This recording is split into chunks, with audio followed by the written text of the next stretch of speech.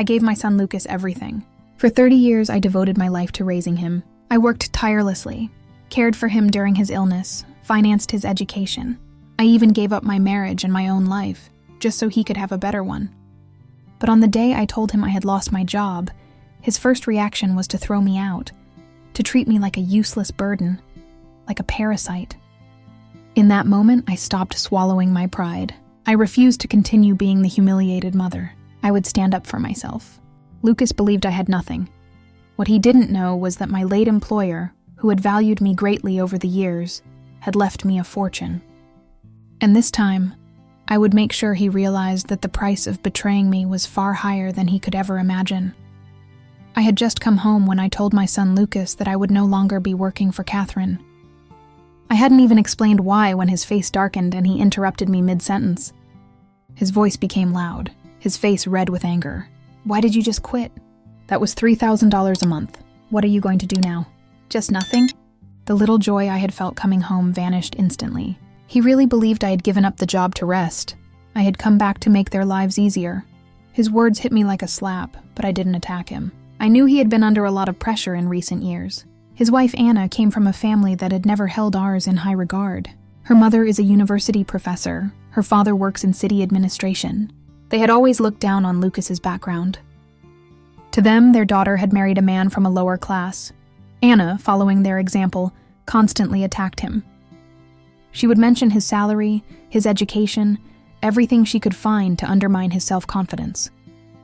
Nevertheless, I thought once they learned about the inheritance Catherine had left me, $8 million, they would finally see Lucas with different eyes. Maybe they would even treat him respectfully for once. But I didn't mention the money yet. Instead, I brought up the other reason I had come back. You said Anna is planning to get pregnant soon. I thought I'd come back to help her, support her during the pregnancy, during recovery after birth, maybe even with the baby. Anna's facial expression immediately turned cold. I swear she even twisted her mouth mockingly. "Postpartum recovery requires professional care," she said dryly. "You were a housekeeper. What do you know about it?"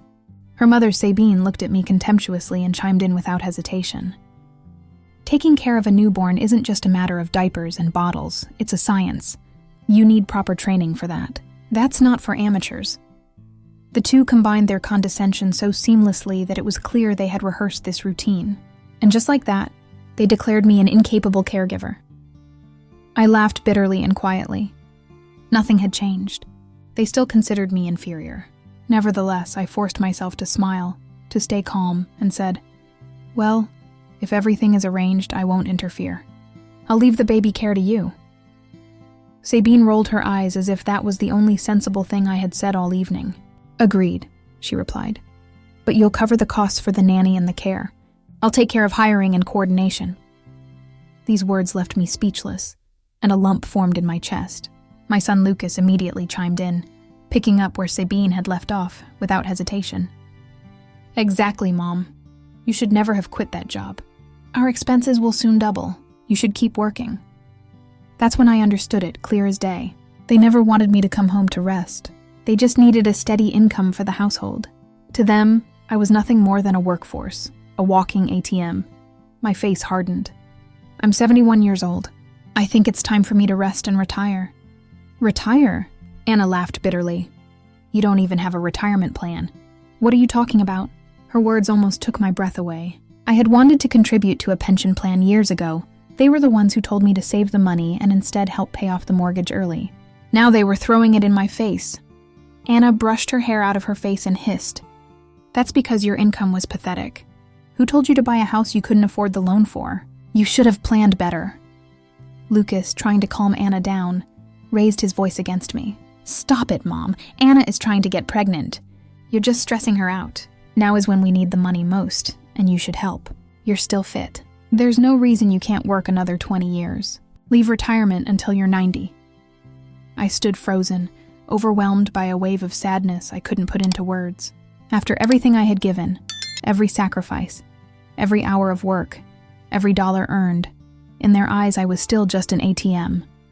In that moment, I saw him as he really was. All the talk of respect and gratitude was just sweet nonsense to keep me working. When Lucas was still at university, he had already started with Anna. To give them a more comfortable life and appease Anna's prejudiced family, I gave up everything and moved to another city to work as a housekeeper, just to save enough to buy them a house. They didn't pay a cent, although only their names were on the deed. Back then, they told me with tears in their eyes, "One day, when things are better for us, we'll take care of you. Finally, you'll have the life you deserve." But now I know what they meant by the life I deserve. A life of endless work until my body collapses at 80.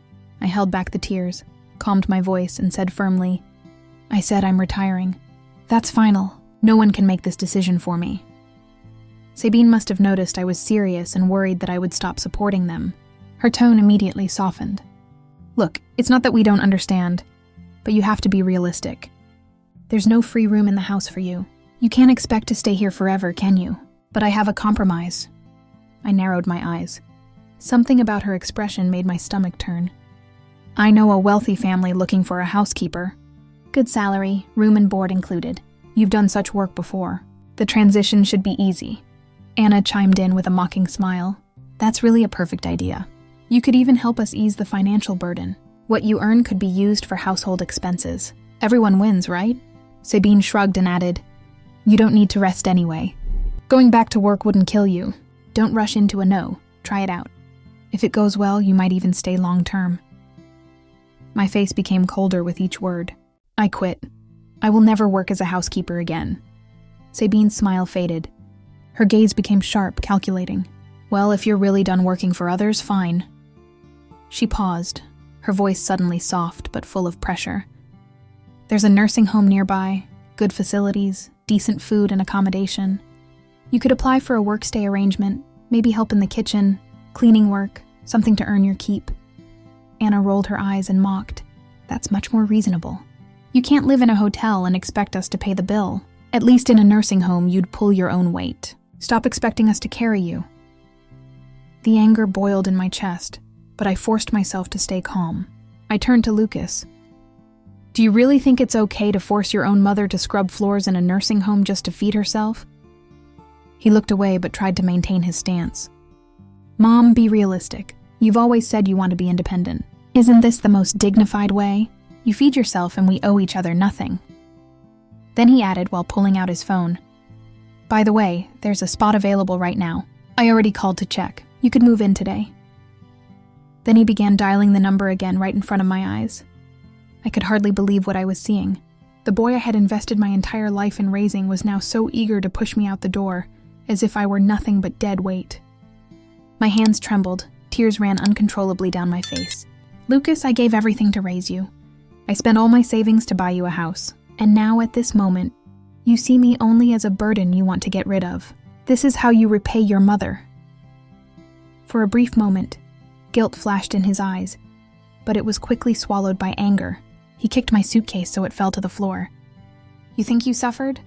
That was your choice. If you hadn't divorced my father, we wouldn't have fallen into poverty. I could have grown up rich and you ruined it. Let me tell you something, Maria. You owe me for the rest of your life." I stood in stunned silence, staring into his bloodshot eyes while a dull, relentless pain pierced my chest, like a blunt knife slowly turning and cutting everything I had left. He had no idea. The only reason I divorced his father was him. If I hadn't left that marriage, his so-called rich father would never have acknowledged him.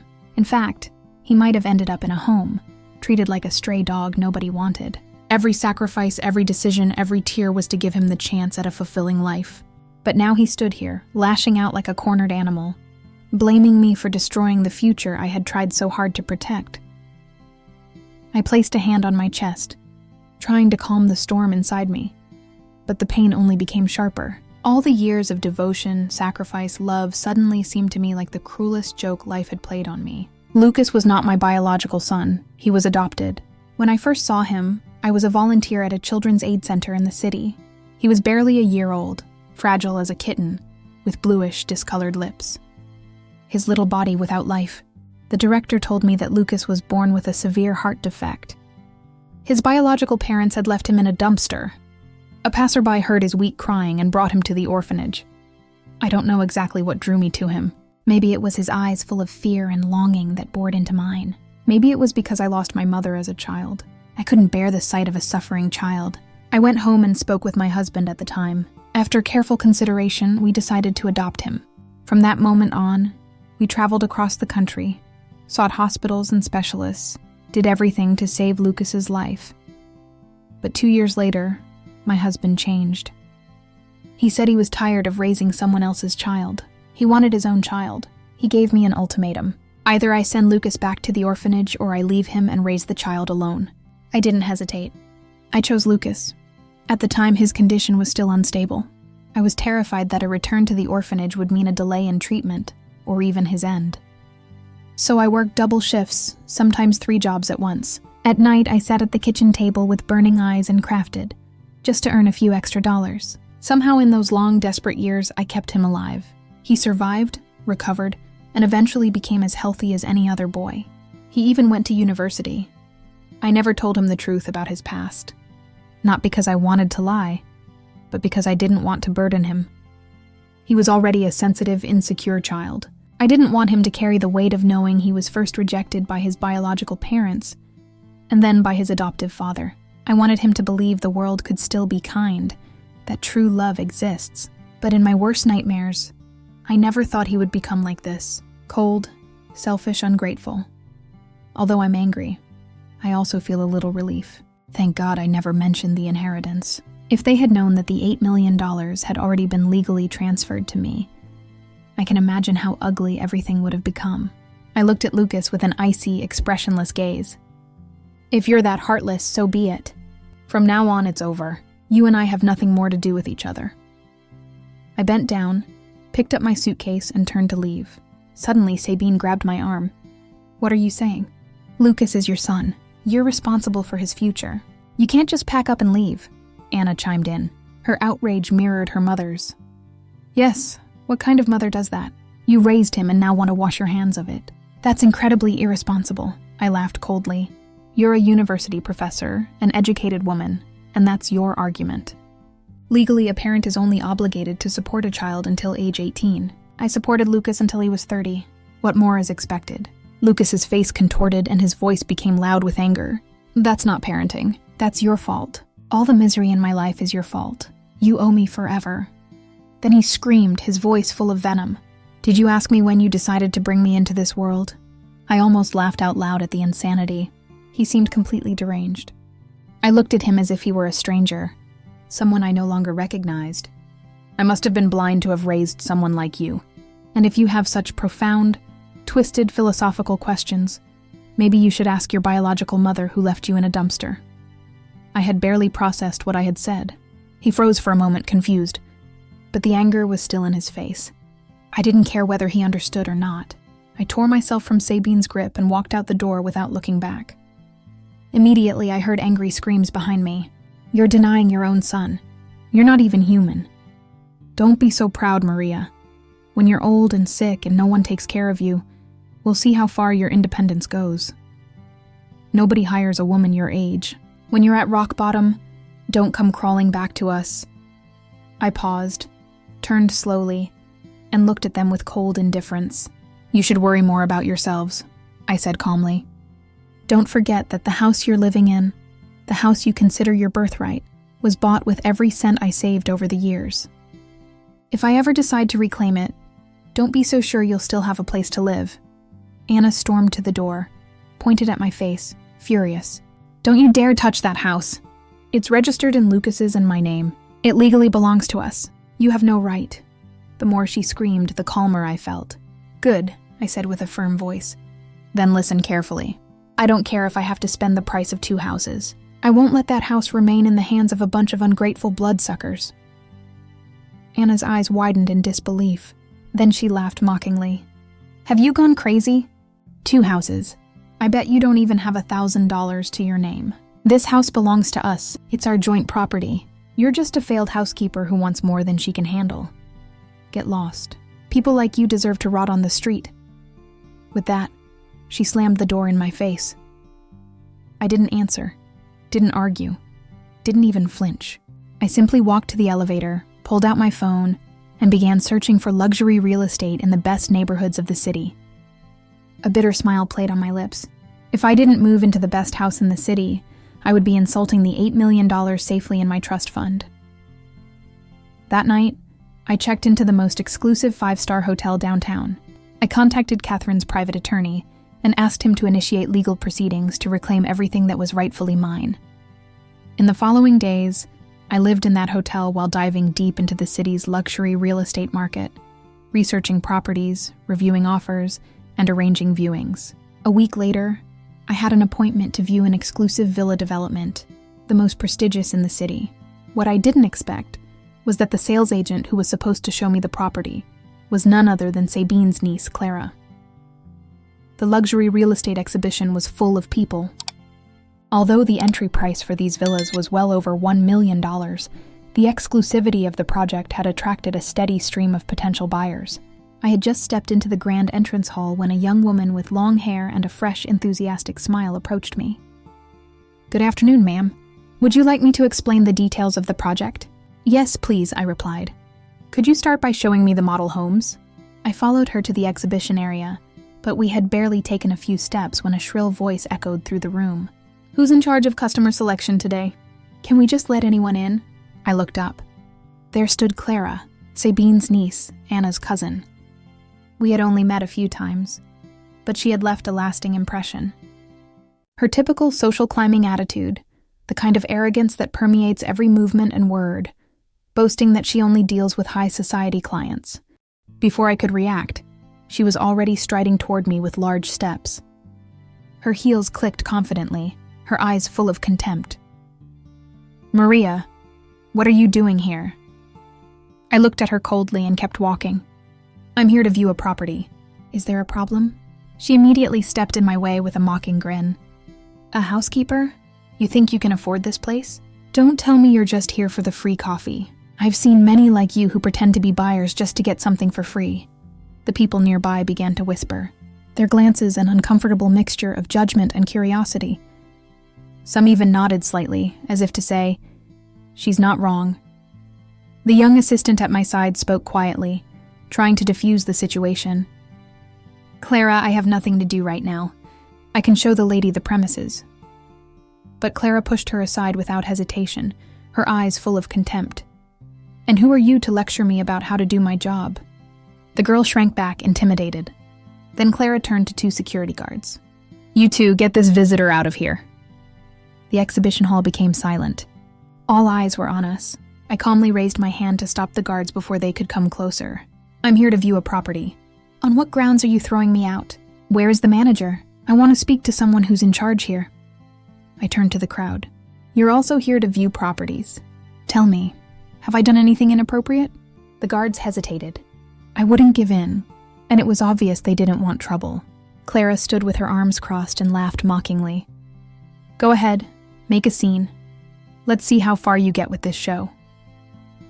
At that moment, a young man in an impeccable white shirt quickly approached us with a polite, professional smile. "Good afternoon, ma'am. I'm Alexander, the sales director of this project. Is there a problem I can help you with?" Before I could speak, Clara chimed in. "Alexander, she's only here for the free stuff." I was just about to ask the security guards to escort her out. Alexander frowned slightly but maintained his polite tone. "Ma'am, would you mind showing us proof of financial capability? As you know, this exhibition is by invitation only, and we require proof of purchasing power." Without hesitation, I pulled out a folder. My documents were already checked at the entrance. Clara snatched the folder from my hand and opened it dramatically. $5 million. Seriously. She shouted so loud that the entire exhibition hall heard it. "She's a housekeeper. It's impossible for her to have this much money. I know her background better than anyone here," she added smugly. "This must be fake. We can't allow someone like you to deceive us." Alexander stood there, his brow deeply furrowed, obviously torn. I didn't bother to argue. Instead, I pulled out my phone, opened the banking app, and held it up so everyone could see. The young assistant leaned forward, counted quietly. 100,000, my God, over 8 million. A murmur went through the crowd. People's eyes widened. They weren't judging anymore. Now they were stunned, curious, even slightly impressed. Someone near me whispered, "Damn, she really has a lot of money." Clara's face turned pale. quickly changing from red to faded green, and then to ghostly white. She looked as if she wanted to sink into the ground, but she didn't give up. She insisted with a shrill, defiant voice, "Alexander, this banking app on her phone must be fake. It's impossible for her to have this much money." Alexander's face darkened and he frowned. "Clara, enough." Then he turned respectfully to me. "Ma'am, I sincerely apologize.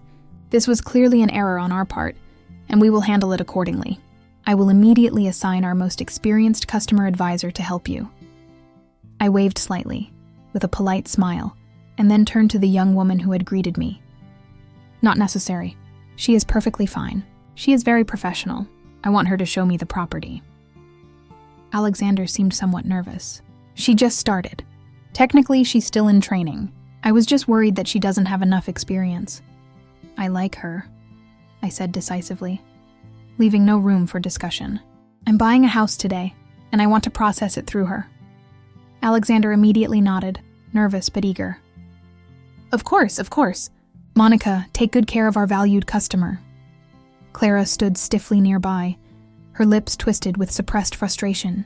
She looked at me angrily and murmured quietly, "Just a glorified errand girl pretending to be someone." I ignored her completely and pointed to the model in the middle of the exhibition hall. "I want to see that one," I said to Monica. As soon as I saw the villa, I knew it. High ceilings in the living room, a spacious garden, a sunroom of over 2,000 square feet, and most importantly, it was fully furnished and move-in ready.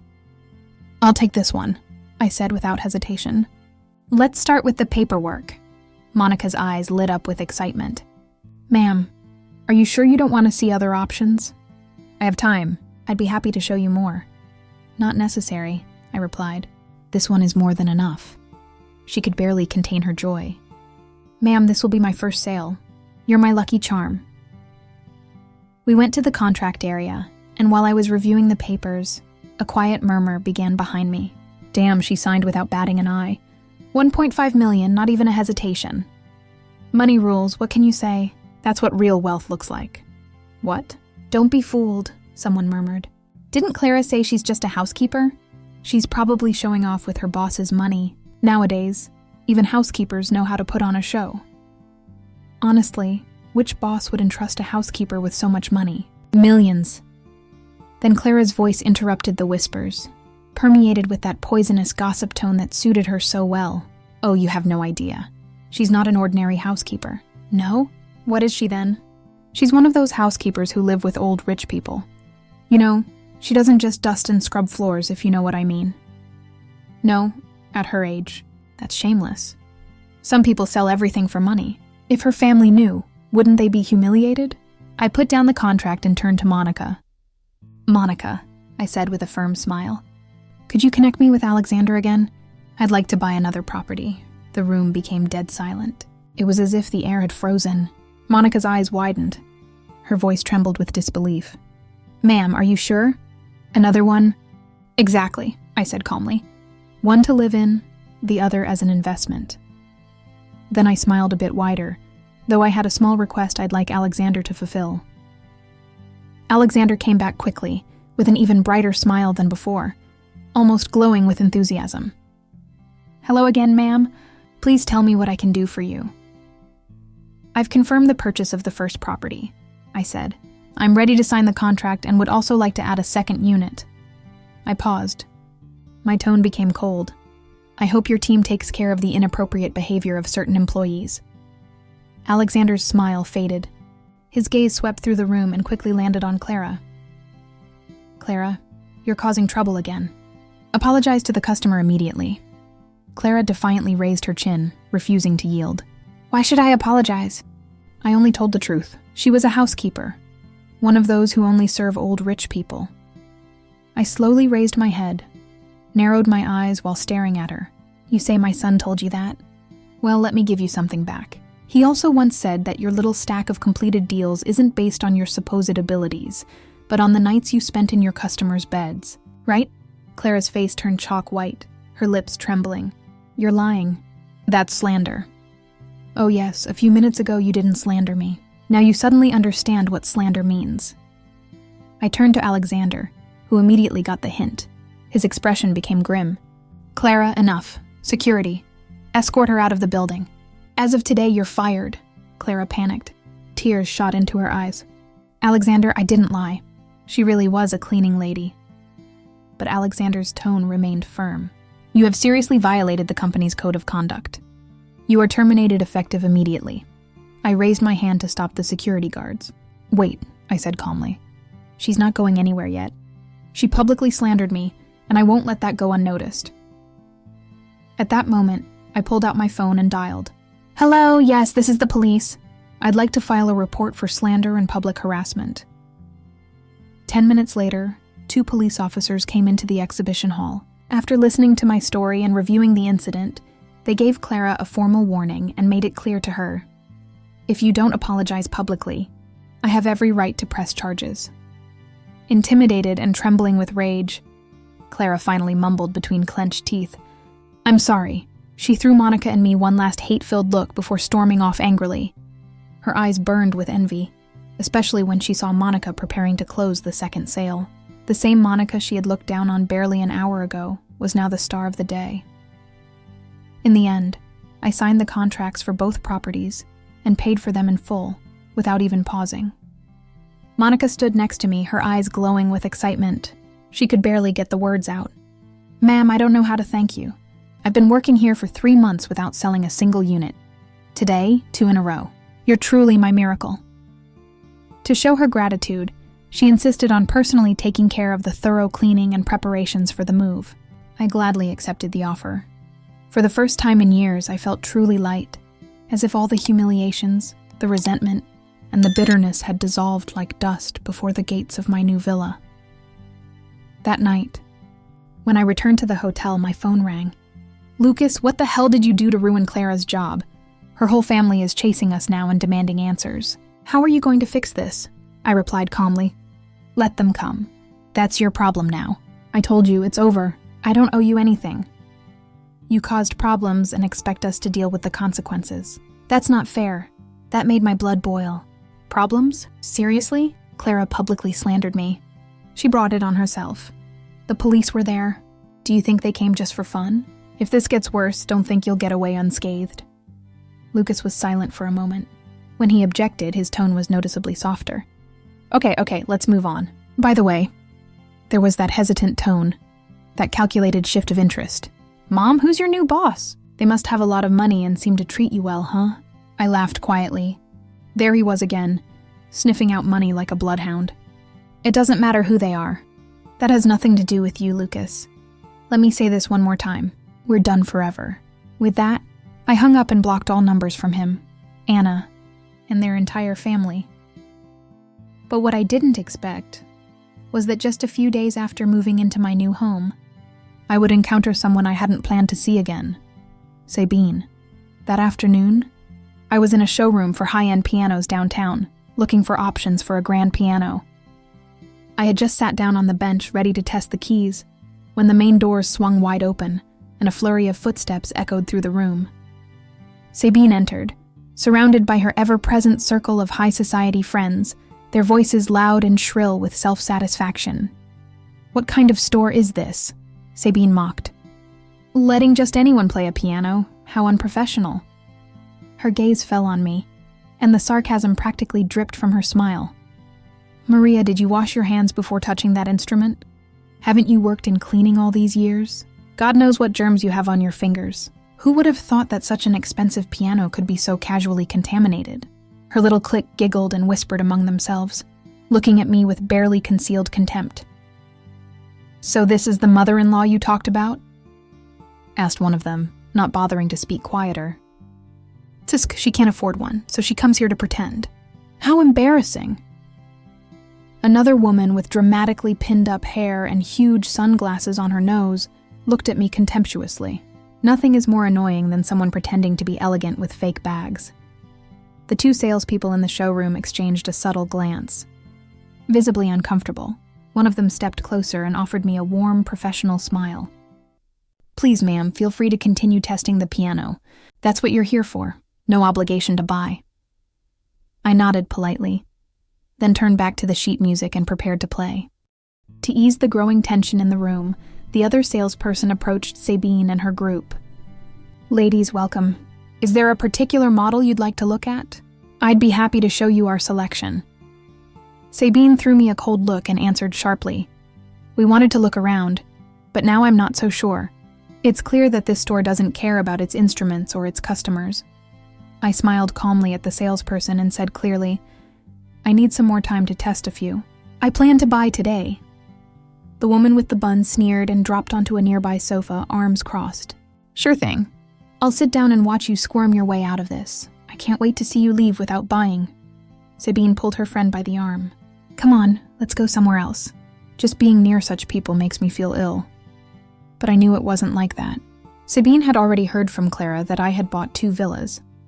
It was obvious she was unsure whether to believe it and was afraid I would prove her wrong again. But her friend wasn't so easily convinced. "I'm staying here," said the woman with the bun with a mocking smile. "I couldn't sleep tonight if I didn't see this woman fall on her face." Her words seemed to encourage the group. Everyone stayed in anticipation of what they considered an entertaining disaster. I chose one of my favorite pieces and let my fingers gently glide over the keys.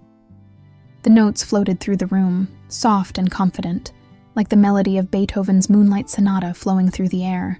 The woman with the bun twisted her mouth mockingly and snorted. "What is that? Sounds like noise. Who taught her to play? Does she think she belongs in a piano store with this chaos?" But before I could answer, the salesperson at my side began to clap with genuine admiration in his eyes. "Ma'am, that was beautiful.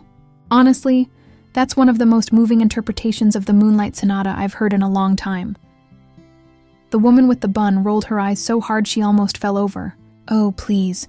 If she were that talented, she wouldn't be trapped in the dead-end life she's leading now. "Your flattery is too obvious, darling."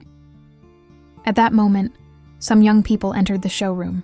They said not a word, simply stood behind me and listened silently. When I lifted my fingers from the piano, spontaneous applause broke out from behind. Wow, that was incredible. I've been studying piano for years and still can't express that emotion in the Moonlight Sonata. Honestly, you captured that misty, dreamlike atmosphere so naturally. "You're amazing." Sabine stood nearby, frowning, her eyes visibly confused and narrowed. She couldn't comprehend the situation. How could someone she had always despised play with such grace and skill? The truth was, I owed this moment of peace, of music, to my late employer.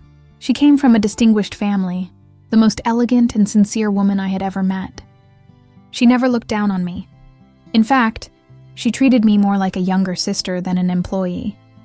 Whenever she had free time, she invited me to learn music, painting, and literature, and I never took it for granted. I studied with devotion, deeply grateful for her generosity and patience. Over the years, she didn't just change my lifestyle. She transformed my entire spirit. I continued playing, letting the keys carry my spirit, while the face of the woman with the bun grew sour before the growing stream of praise. She lowered her head, visibly uneasy. Then, in a last desperate attempt to save face, she abruptly raised her head. "So what? If you can play one song, what's the big deal? If you're so impressive, pay for the piano right now." I had already made my decision. Calmly, I handed the salesperson my card. "Thank you, ma'am," he said cheerfully.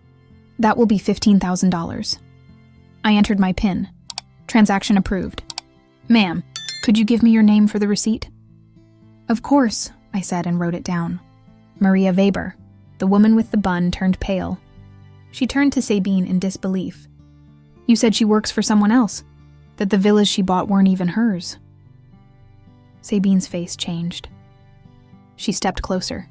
Her expression wavered between disbelief and something far more confused. You bought this piano, and the 2 villas were also yours." I smiled. "The receipts and contracts bear my name. If they weren't mine, whose would they be? Yours?" Her face immediately contorted. A storm of shock, envy, mistrust, and bitter regret swept through. "Maria, you were just a housekeeper. Where does all this money come from? Every dollar I spend was earned legally and rightfully." My voice was sharp and cold. Sabine sneered. "Oh, please, you must have done something shady to get that." The woman with the bun immediately chimed in. "Yes, maybe she's a scammer. That's how people make quick money these days." No sooner had these words left her mouth than another woman who had been silent the whole time suddenly exploded. "What kind of scammer? Don't you dare joke about that." She reached for her phone, trembling. "Hello, 911, I need the police. There's a scammer here." Before anyone could react, she hung up and lunged at me, trying to tear at my clothes in a fit of rage. The store staff rushed over to restrain her. She cried, screamed, was completely hysterical, and finally I understood the reason for her outburst. She had been scammed out of over $50,000 6 months ago. She had never gotten the money back, and the pain still tormented her so deeply that the mere mention of fraud tore her apart. Her anger wasn't directed at me, but at a shadow of her past. The police came quickly, and to my surprise, it was the same 2 officers I had met the day I bought the villas. One of them raised his eyebrows when he recognized me.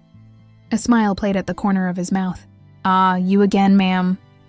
I nodded politely, but before I could speak, the woman with the bun jumped up and screamed, "She's a scammer, officer.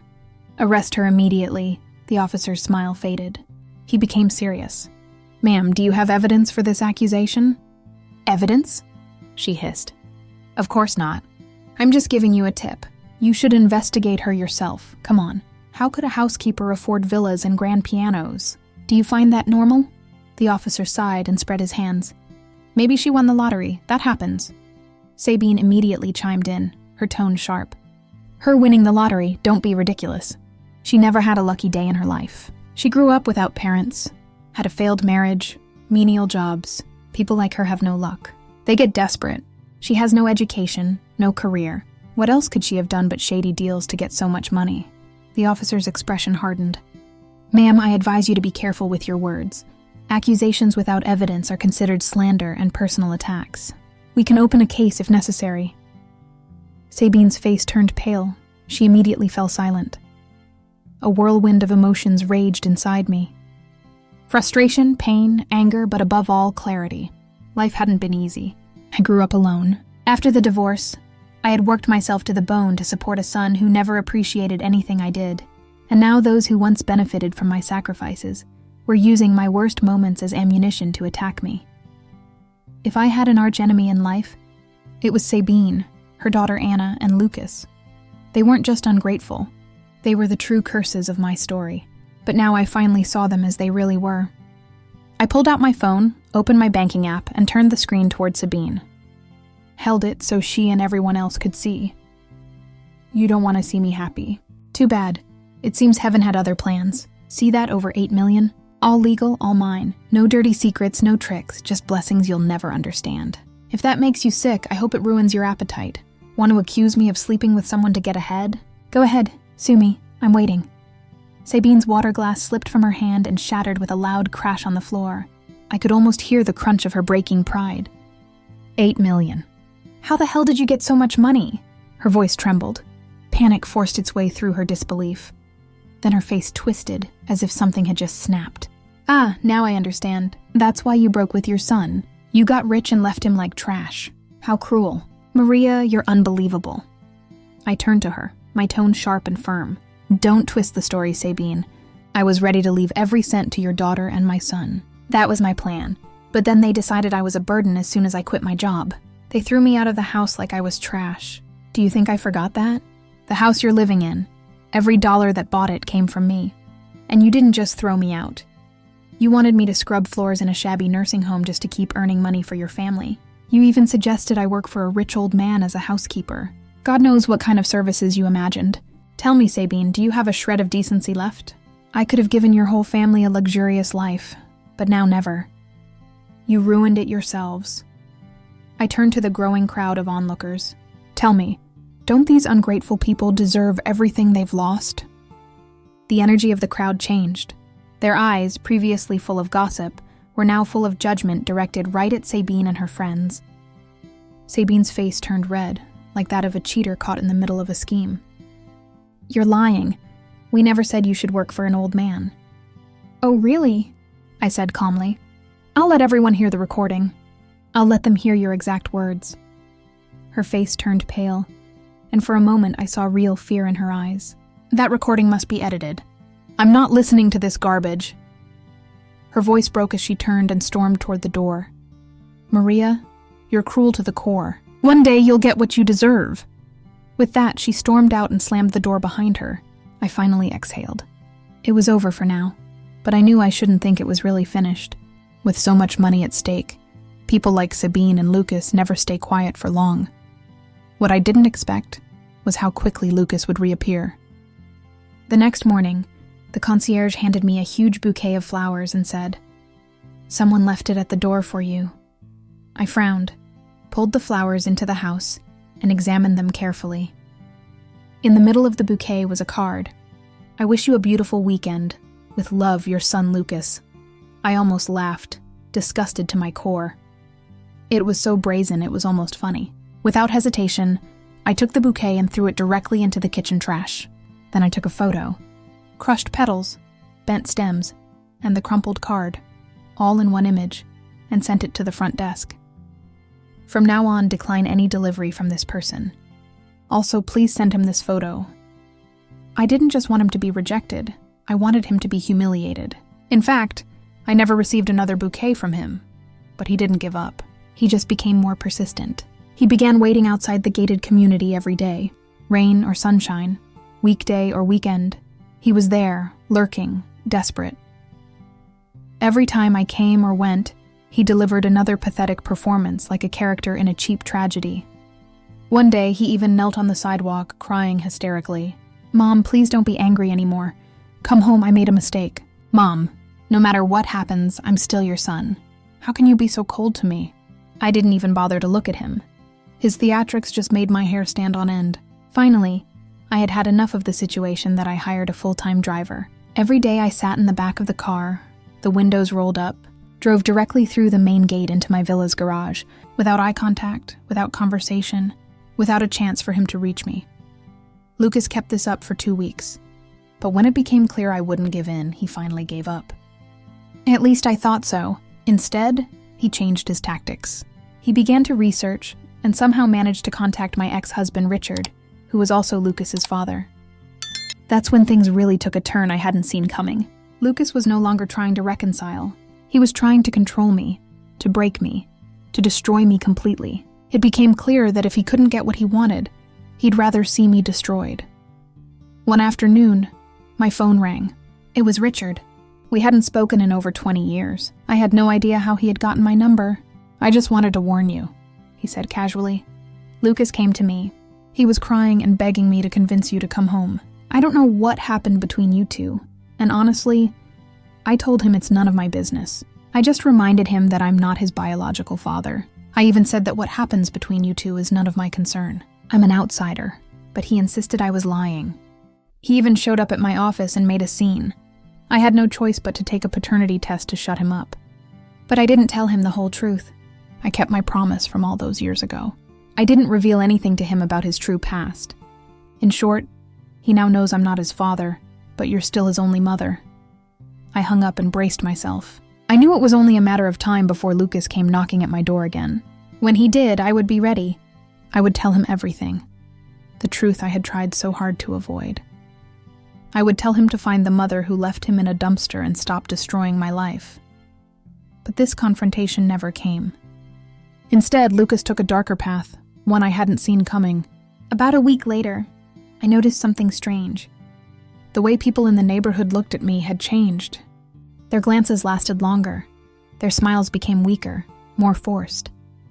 At first, I ignored it until Monica called me one afternoon. "Maria, I just wanted to tell you that I know you're a good person. Please don't let what people are saying bother you." I was confused. What are people saying? That's when I learned what had really happened. I had become an internet sensation, but not the good kind. Lucas had begun live streaming daily on a popular social media platform. The title of his channel, "How My Mother Abandoned Me." I clicked on it and saw the whole picture. He hadn't directly accused me of being someone's mistress or anything scandalous. He had chosen something much more insidious. He had created a tearful, manipulative story, portraying himself as an abandoned, broken son while making me the cold, heartless, money-hungry villain. In his streams, he said things like, "My mother never really loved me. I worked hard, studied hard, and she didn't support me in the slightest." The year I went to college, she moved to another city to work as a housekeeper for rich people, and left me alone in a small rental apartment. When I got married, she didn't contribute a single dollar. Not even when my wife got pregnant did she offer the slightest help. Now that she's suddenly rich, she's completely cut me off, as if I never existed. I don't even want money. I just want her to acknowledge me as her son, but she won't even say my name. Now she lives in a villa, drives luxury cars, and enjoys a high society life, while I'm condemned and humiliated on the street. The comment section exploded. People divided into two camps. Some pitied him, others called me heartless. And of course, there was the hate. Such a mother doesn't deserve that title. She should be ashamed. So pathetic. I'd give anything to give him the love he never had. His live broadcast was a huge success. His follower numbers skyrocketed. He even began selling merchandise and products on his channel, exploiting the wave of pity donations from his so-called supporters. "We are the warmth your mother never gave you. You deserve better, sweet boy. She doesn't deserve happiness." And then it got even worse. People began snooping around in my private life. My name, my photo, my address. Everything began to circulate in the comments and reposts. I had officially become the face of a social media villain, the most heartless mother on the internet. That night, my phone rang again. This time it was my lawyer. "Maria, we can take legal action immediately," he said. "We can request the removal of the defamatory content, demand a public apology, and claim damages." I paused for a moment, then smiled calmly. "No rush. Let him continue a bit longer. I'll take care of it myself first." That very night, I registered my own account on the streaming platform and started my own live channel. I called it, "So This Is the Mother Lucas Abandoned." First, I joined Lucas's stream and donated several $1,000s, which immediately attracted attention and activated the live chat. Then I sent a message to the screen that everyone could see. "Hello everyone, I'm the heartless mother Lucas is talking about. He's been complaining for weeks that I cut off his financial support. Come to my channel, I'll show you the truth. Tonight I'm giving away $100,000 in prizes. Come by." First come, first served. Within seconds, a flood of viewers streamed to my channel. The traffic shot up, and I began distributing the promised rewards. The comment section exploded with excitement. "Thank you, dear mama. This is the real content queen. I'm taking notes. She's more loving than my own mother." In the wake of this viral momentum, I officially started my live stream. I wasted no time sugarcoating it. I spoke directly into the camera. First of all, yes, I cut the financial ties to Lucas, but that doesn't make me heartless, and it certainly doesn't mean I abandoned him. People deserve the whole story. I didn't leave because I stopped loving him. I left because his treatment became unbearable. When I received the inheritance from my late employer, I planned to leave everything to Lucas and his wife. But you know how their response was? Instead of gratitude, they accused me of imposing myself and teamed up to throw me out of the house. They even suggested I should move in with a strange old man as a housekeeper, because to them, my only value was to keep working and bringing money into their household. To them, I wasn't a mother. I was a bank account. As I spoke, I displayed a scan of the trust documents from my former employer, a legally certified statement showing that I had inherited approximately $8 million in assets. The money I have comes from a legitimate trust fund bequeathed to me by a woman who treated me like family. She had no children and made me her sole beneficiary. The comments exploded again. "Lost $9 million. What kind of employer does that?" Finally, karma rewards a good heart. This isn't cold. This is clarity. Of course, not everyone was convinced. Some skeptics appeared. "Still, you're his mother. Shouldn't you support your son? Leaving him after the wedding sounds pretty cruel." I replied calmly, without blinking. "Let me ask you this. Does supporting a child mean you have to be his personal ATM forever? I raised him alone since he was 1 year old. I paid his school fees, bought him a house. And what did I get for it? Mistrust, rejection, disrespect, and being thrown out of my own house. They wanted me to keep working like a machine to subsidize their lifestyle, while they treated me like a burden. Then I played my final card, an audio recording of Lucas on the phone trying to get me to become an old man's housekeeper. The call had been recorded by the man's house security system. It was irrefutable proof. The comments exploded again. Unbelievable. That's not just parasitism. That's financial abuse. Cutting him off isn't cruelty. It's survival. That's what guilt looks like as a weapon. He's not crying out of love. He's crying for money. I'm happy for you, ma'am. This son deserves to be banished. I knew this was just the beginning. Lucas didn't miss his mother. He missed his money. And this war had just begun. I looked at the flood of comments on the screen and giggled quietly. Then I leaned toward the camera and spoke directly to the audience. The truth is, there was never a reason to cut ties with Lucas. Immediately, question marks filled the comment field. I continued calmly. Because he was never my biological son. I adopted him when I was a volunteer at a local orphanage. He was barely a year old, born with a severe heart defect, left by his biological parents in a dumpster. He was barely clinging to life when I found him. I took him in out of pure compassion. I spent all my money to get him medical care. My divorce from my ex-husband wasn't because of infidelity, but because he insisted on having a biological child and refused to continue raising Lucas. I was given the choice: send Lucas back to the orphanage or end my marriage and raise him alone. I chose Lucas. I gave up my marriage, the chance to have my own children, just to give him a chance to live. I worked night shifts, waited tables, cleaned houses, whatever was necessary. I sat there. I saved until he got healthy. I sent him to college. I even bought him a house with the money I worked so hard to earn. And what did I get for it? He refused to let me live in that house. He threw me out like a stranger. Now he's slandering me on the internet, claiming I abandoned him, even spreading rumors that I slept with someone to get rich. Tell me, how should I respond to someone like that? As I spoke, I uploaded a series of images. Hospital bills, doctor's fees, school tuition receipts, public transportation tickets, all fragments of a life dedicated to giving, a life full of sacrifice captured in paper and ink. The comments exploded. Despicable. Who does that to a woman who saved his life? He used his adoptive mother like a sponge and then threw her away. Lives in the house she paid for and still throws her out. Unbelievable. God gave him life. She gave him everything else. And he turned around and stabbed her in the back. The reaction was immediate. Viewers flooded back to Lucas's stream and began flooding his comment section with outrage. How could we support someone like you? Shame on you. You portrayed yourself as a victim while you sucked your mother dry. You're the heartless one, not her. Lucas's face became visibly pale in front of the camera. Why do you believe her? He screamed. She's lying. If I wasn't her real son, why did she do everything for me? She's manipulating you. Nobody would go that far for a child that's not their own. Back in my stream, more viewers demanded solid proof. Without hesitation, I uploaded a scanned copy of the official adoption certificate. This is the document issued by the state. Verified, public, and authentic. The comment section exploded again. That's it. End of discussion. She's telling the truth. This isn't just betrayal. This is moral bankruptcy. He used her love, her money, her life, and still tries to destroy her. Sue him. He doesn't deserve a platform. And just when I thought it couldn't get worse, Lucas doubled down on his bet. So what if I wasn't her real son? She didn't have to save me. I never asked her to. Maybe if she hadn't taken me in, a real family would have adopted me.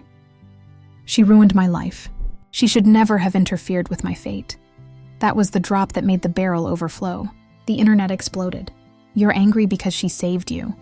That's the most disgusting thing I've ever heard. See this monster's true face. Shame on him.